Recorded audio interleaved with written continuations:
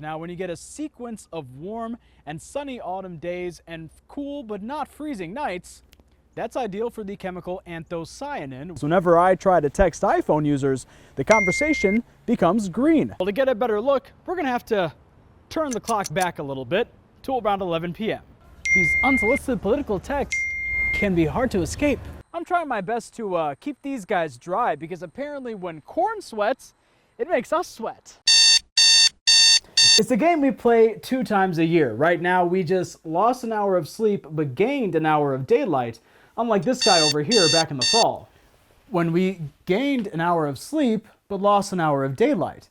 But why do we even do daylight savings time at all, and could it be on the chopping block in Wisconsin? It doesn't bother me too much now that it's automatic. The opinions spring back and forth as much as the clock. Definitely rough. But Carl Kepler surrounds himself with faces up to 100 years old who don't care that much. Wind-up clocks are very peaceful and restful. They don't really care what you're going to do about forward and backward business. He owns Kepler Clock Repair on Madison's East Side for the past 52 years. They just want to be kept running and taken care of, babied a little bit once in a while. He was around when Wisconsin first set daylight savings in 1957, and when they tried to change it before. I have heard that before, that they were going to do that along with a metric system. We were going to change that too. So I wouldn't hold your breath for either one of them. Now, Wisconsin Representatives Nate Gustafson and Rachel Cabral Guevara introduced a bill to eliminate the practice of daylight saving time in Wisconsin. They say it hurts people in the workplace and is bad for mental health and productivity in adults and kids. As a mom, I know that it disrupts my kids' lives a bit, and my one son earlier this week was saying that whoever invented daylight savings time is stupid. So I know that that's difficult. So why do we wind ourselves up in the first place? The farmers.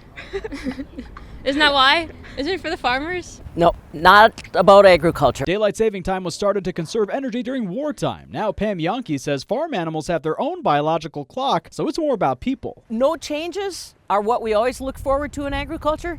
A flat line. If I don't have to worry about my employees oversleeping or any of those kinds of things, that usually means that life's going to get a little easier. Kepler says until lawmakers make a decision, they're just here to keep on ticking.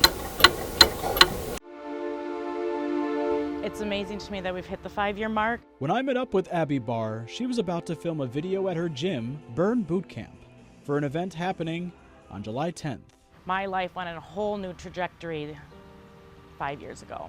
She says the gym is one of the many ways her life has transformed as she heals from losing her husband, Corey, to the explosion. Using exercise and health and wellness to get me through my grief is something I didn't know I needed until it was something that I needed every day, and provide that for other people that are struggling with mental or physical health. But still, 1,800 days later, some days the grief is the same as finding out day one. She owes each one to her late husband. That entrepreneurial spirit stems from Corey.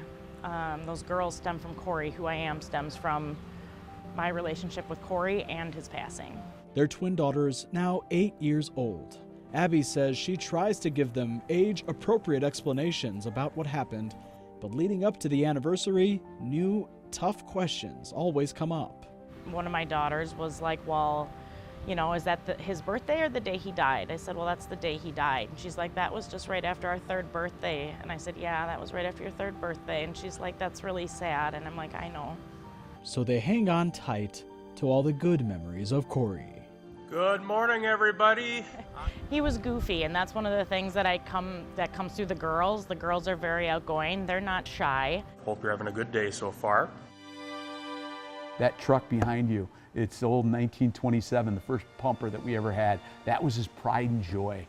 The old fire engine Corey helped restore is just one thing that brings a smile to Chris Garrison's face every day.